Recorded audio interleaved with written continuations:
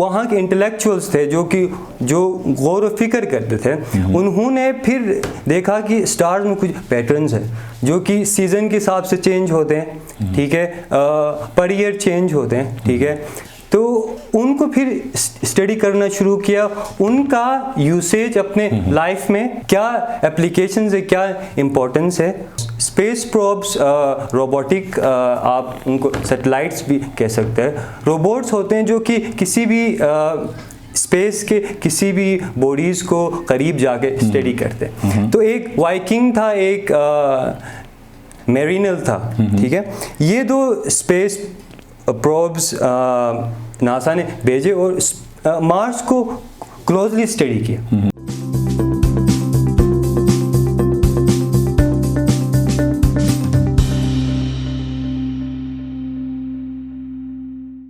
अस्सलाम वालेकुम नाजरीन, प्रोग्राम आगाही के साथ IBS मीडिया नेटवर्क पर आपका मेज़बान अमजद वली आपकी खिदमत में हाजिर है।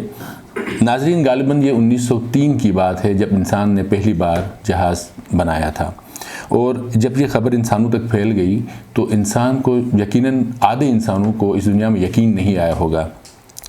ये इंसानी अगले 30 साल तरक्की का राज था कि इंसान ने 1903 में पहली बार जहाज़ बनाया। अगले 50 सालों में, जबकि इंसान को इस बात पर यकीन नहीं आ रहा था कि उसने जहाज़ बनाया, लेकिन अगले 50 सालों में इंसान चाँद पे पहुंच जाता है, और अगले 50 सालों में तकरीबन 25 करोड़ किलोमीटर दूर मार्स पे जाने की तैयारी कर रहा है। नाज़रीन, ये इल्म क्या है, इसके बारे में हमें जानना क्यों ज़रूरी है, और इसके क्या फ़ायदे हैं, आखिर इंसान ये सब कुछ क्यों कर रहा है। आज हमने इस पे बात करने के लिए अपने मेहमान को बुलाया है, मुस्तनसर हुसैन को। मुस्तनसर हुसैन ने BSc फ़िज़िक्स में किया हुआ है और पिछले 3-4 सालों से एस्ट्रोनॉमी को पढ़ रहे हैं। Welcome to show Mustansar. Thank you so much, sir. Thanks for having me here. It's a really pleasure to be here. Mustansar, हमें ये बताइएगा, ये एस्ट्रोनॉमी होता क्या है बेसिकली? सर, इसके मैं आपको 2 जवाब देना पसंद करूँगा। पहली जवाब तो इसके लिटरल मीनिंग में छुपी हुई है। एस्ट्रो मीन्स स्टार्स और nomy means that specific knowledge about that part, जैसे एस्ट्रोनॉमी है। तो स्टार्स के बारे में पढ़ने को आप एस्ट्रोनॉमी कह सकते हैं। ये एक लिटरल मीनिंग हो गई इसकी, ठीक है।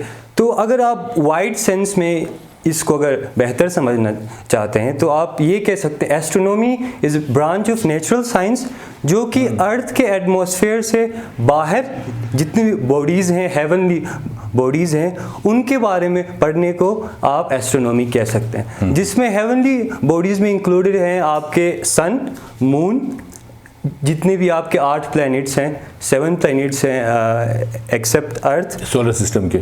जी बिल्कुल।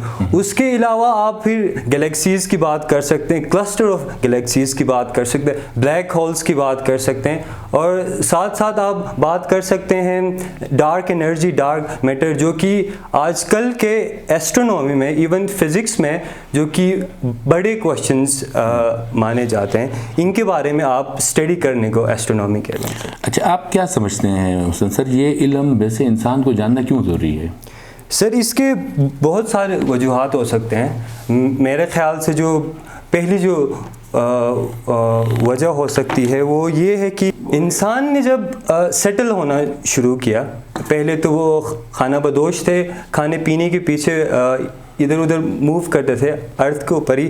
जब इंसान एग्रीकल्चर रिवोल्यूशन आया तो इंसान सेटल डाउन हुआ, इंसान ने दिन के मामलात किए, फिर रात के टाइम पे वो गपशप करते थे, अपने दिन में जो मसाइल थे या जो नॉलेज गेन की थी एग्रीकल्चर के टाइम पे वो डिस्कस करते थे। अपार्ट फ्रॉम दैट, लोगों ने ऊपर रात को स्काई गेजिंग करना शुरू कर दिया, ठीक है। जब स्काई गेजिंग करना शुरू किया तो इंसान के जहन में एज ए ह्यूमन आप रीजनिंग करते हो, आप लॉजिक के ऊपर बेस लाइफ जीते हो, तो इंसान ने क्वेश्चन करना शुरू किया कि ये क्या चीज़ें हैं, स्टार्स क्या हैं, स्टार्स क्या हमें चमकते कुछ सितारे नज़र आ रहे हैं, ये किस चीज़ के बने हुए हैं। ये बिल्कुल ये सवालात फिर लाइफ में चलते रहे उनके, फिर विद जो वहाँ के इंटेलेक्चुअल्स थे जो गौर व फिक्र करते थे, उन्होंने फिर देखा कि स्टार्स में कुछ पैटर्न्स हैं जो कि सीज़न के हिसाब से चेंज होते हैं, ठीक है, पर ईयर चेंज होते हैं, ठीक है। तो उनको फिर स्टडी करना शुरू किया, उनका यूसेज अपने लाइफ में क्या एप्लीकेशंस है, क्या इम्पोर्टेंस है, उस चीज़ के बारे में गौर फिक्र करना शुरू किया। अच्छा, एक बात मैं आपसे रिक्वेस्ट भी करूंगा, क्योंकि जिस तरह आपने बताया कि मामला जब गैलेक्सीज तक जाएगा, फिर यूनिवर्स तक जाएगा, तो इतना वसी सब्जेक्ट है, शायद हम इतना एक प्रोग्राम में कवर न करें। मैं आपसे रिक्वेस्ट करूंगा, आज आप हमें थोड़ा सा ज़रा मार्स की तरफ हमें बताएं।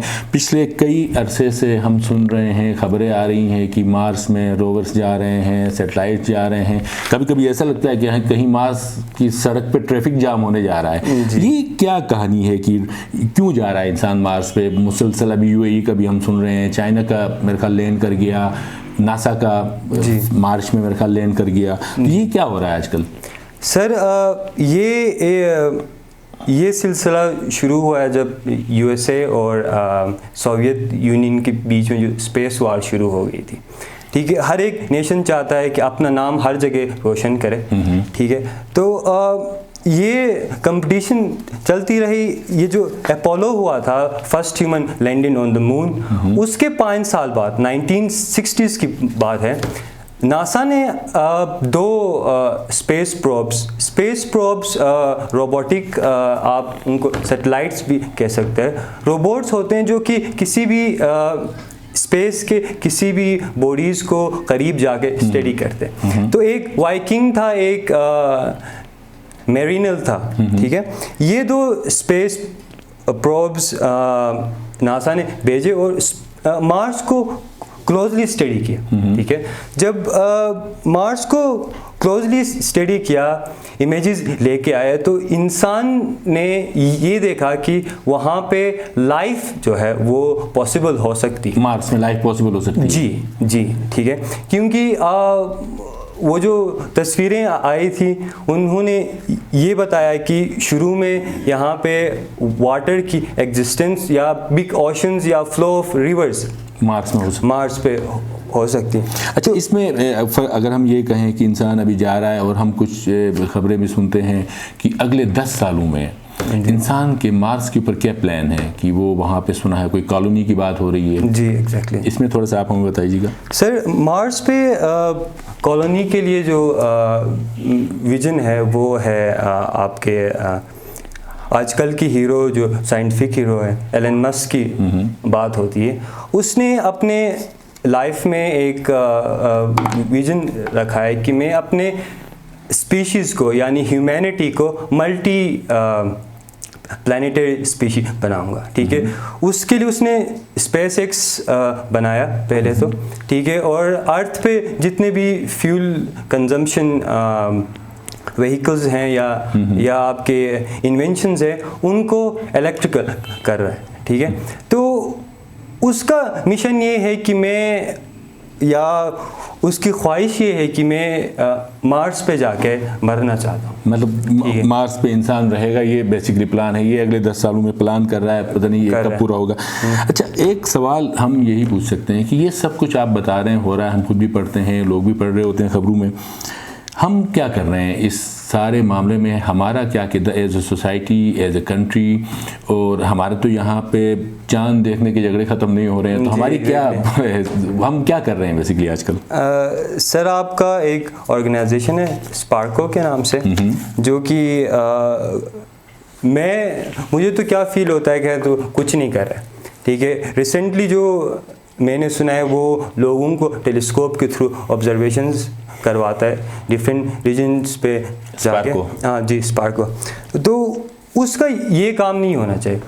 उसका काम होना चाहिए कोई रॉकेट बनाए, कोई सैटेलाइट स्पेस में भेजे। वो कर भी रहा है, पर नॉट दैट जैसे दुनिया पे सब हो रही है उस हिसाब से। इसमें एक सवाल ये भी बनता है, लेट्स से हम ये कहें कि अगर बिलियंस ऑफ डॉलर खर्च कर रहा है नासा, यूरोप, चाइना, यूएई, मतलब वाई हम ये क्यों ना, ये पैसा हम किसी डैम पे क्यों ना लगाएं, कहीं हॉस्पिटल क्यों ना बनाएं? एक ये भी सवाल बनता है लोगों का कि बाज़ लोग ये भी कह रहे हैं, इस पे आपका क्या ख्याल है?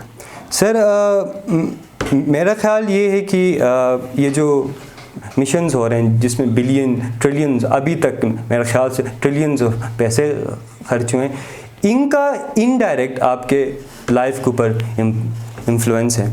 इनडायरेक्ट इस तरह है कि आपका जो जीपीएस काम करता है इस टाइम पे, ठीक है, वो बिकॉज ऑफ आप स्पेस पे गए, आपने सैटेलाइट सिस्टम बनाया, टेक्नोलॉजी हमारी जी जी जी, आपके मोबाइल्स पे वाईफाई चल रहे हैं, आपने सिलिकॉन रिवोल्यूशन लेके आए हैं, ये बिलियंस ऑफ डॉलर्स खर्च करने के बाद आपके पास ऐसे इन्वेंशन टेक्नोलॉजी आपके पास आ सकती है, ठीक है। तो like it's not wasting money, मेरे ख्याल से इट्स इम्प्रूविंग योर लाइफ। अच्छा, ये एक बात ये भी है, जितना वसी है स्पेस, अगर हम शायद हम सोच भी ना सकें, गैलेक्सीज की बात हो रही है, यूनिवर्स की बात हो रही है, आजकल तो मल्टी यूनिवर्स की बात हो रही है, लेकिन जब हम आम लोगों में, पब्लिक में, हमारी सोसाइटी के अंदर जीबी के कॉन्टेक्स्ट में बात करो, हम बात करते हैं, तो लोगों को इतना ज़्यादा इस इल्म की तरफ रागिब नज़र नहीं आ रहे हैं। इसकी क्या वजह हो सकती है? सर मेरे ख्याल से एक तो साइंटिफिक नॉलेज या साइंटिफिक रेशनैलिटी हमारे सोसाइटी में बहुत ज़्यादा लेक करती है।